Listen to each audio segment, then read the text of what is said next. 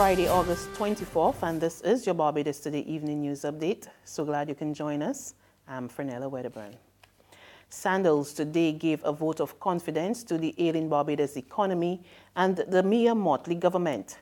At this morning's opening of the hotel's Global Sales Conference at the Sandals Royal Barbados, Chairman of Sandals Resorts International, Gordon Butch Stewart, sent a strong message delivered by the company's Senior Vice President of Sales, Gary Sadler, that he was pleased with the work the new administration had done in such a short space of time. Sandals also declared that it was prepared to work shoulder to shoulder with Barbados to help the country achieve a more prosperous future.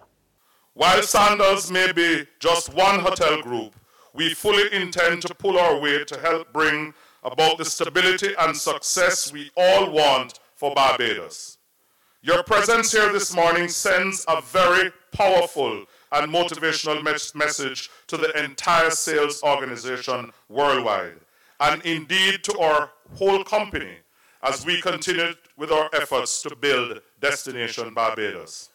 Sadler said since the construction of the first Sandals property more than 3 years ago, there has been a noticeable increase in tourism business for Barbados, especially from the North American market.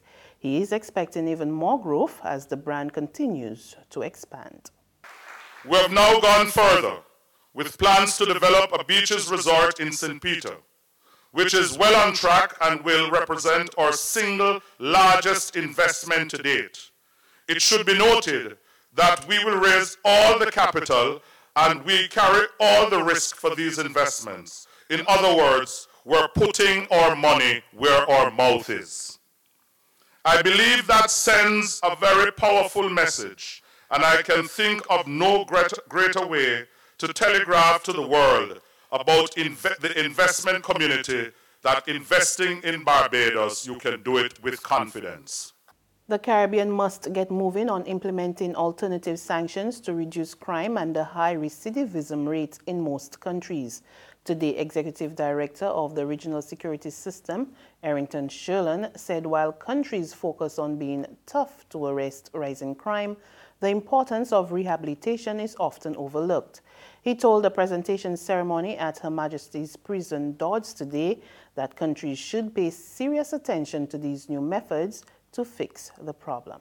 There are examples in the Caribbean of criminal justice agencies exploring the use of electronic monitors, curfews, drug courts and treatment courts, and community sentencing for non-violent offenders. However, even though we have demonstrated a willingness to explore these alternative methods, we have not, in my estimation, fully evaluated the effectiveness of these efforts in our own space, taking into consideration policy, legal, institutional, and cultural frameworks.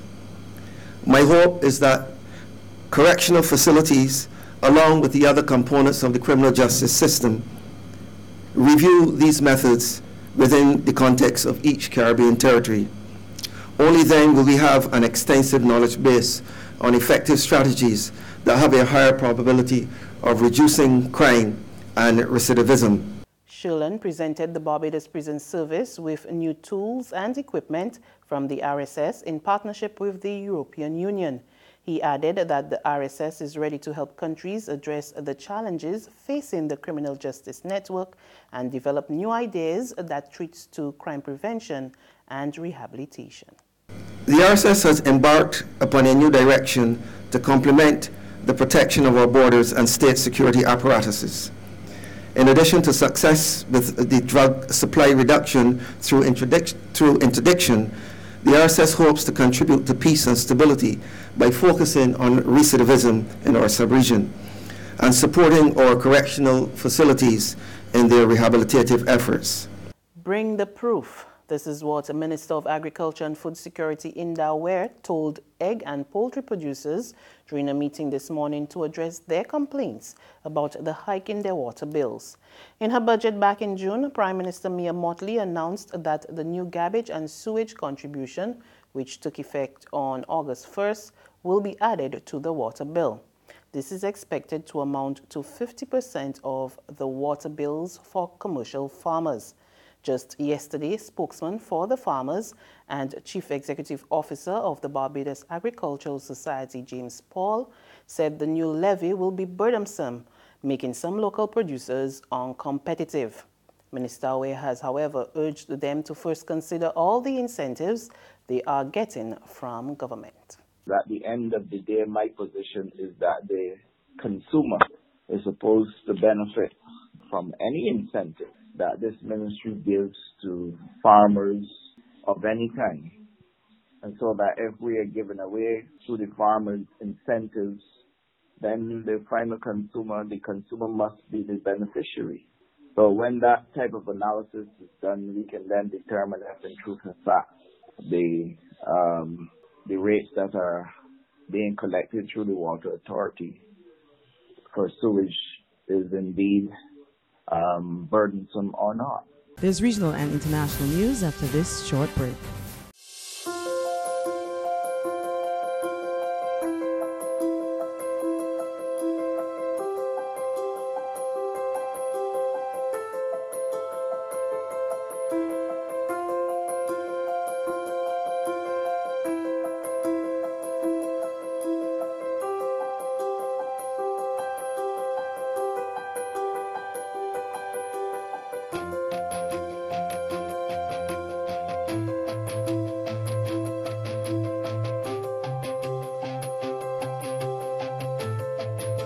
Barbados Today, news you can trust. Welcome back to Regional News Now. President David Granger has been exploring new areas of cooperation with the United States with a visiting delegation of U.S. congressmen. We get more in this report from Capital News. The Minister of the Presidency in a press release said the sides discussed several issues, among them Guyana's emerging oil and gas industry and territorial controversy with neighboring Venezuela. President David Granger, during an interview, said Guyana has cordial relations with the United States and that the meeting was largely seen as fact-finding. I see the meeting as largely fact-finding. They want to familiarize themselves with the situation in the hemisphere as a whole. And of course today the focus was on Guyana. So my brief to them was largely in 4 areas, dealing with points that I think they would have been interested in. And I think in that regard was successful. Other areas covered during the meeting were Guyana's hemispheric affiliations and shared borders, strategic outline which addressed the Guyana-Venezuela border controversy, territorial controversy with Suriname, and Guyana's international relations and the migration of Venezuelans into Guyana. Welcome back to Regional News Now. President David Granger has been exploring new areas of cooperation with the United States with a visiting delegation of U.S. congressmen. We get more in this report from Capital News. And on the international front, Hurricane Lane churned through the Pacific toward Hawaii today, losing power and slowing down as it weakened to a Category 2 storm that brought raging surf, torrential rain, and catastrophic flooding to the Big Island. Torrential downpours are causing rivers to rage on Hawaii's Big Island as Hurricane Lane churns in the nearby Pacific, bringing catastrophic flooding, high winds, some landslides, and heavy surf to the islands. The eye of the storm was recorded Friday some 180 miles south of Honolulu, and officials say it's moving north. The hurricane will pass dangerously close to the Hawaiian island chain through the day today, into tonight, and Saturday.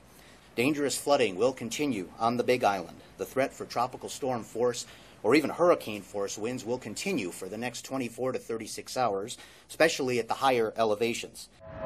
The governor of Hawaii has urged residents to set aside a 14-day supply of water, food, and medicines. President Donald Trump declared a state of emergency. Citizens need to realize that we're looking at major hurricane impacts and things are going to break. And we need to set the expectations that the power could go off for quite some time, and the infrastructure is going to be heavily impacted. The storm is the second major natural threat to hit Hawaii this year. And that's news, but for the very latest, visit our website at www.barbadostoday.bb. You can also subscribe to our e-paper, email updates, and like us on Facebook, and sign up for our breaking news alerts via WhatsApp. We're also on Izumi Media and bus terminals as well as screenplay at supermarkets and gas stations near you. And you can also hear us on Mix 96.9 FM. I'm Fernella Wedderburn. Do have a wonderful weekend.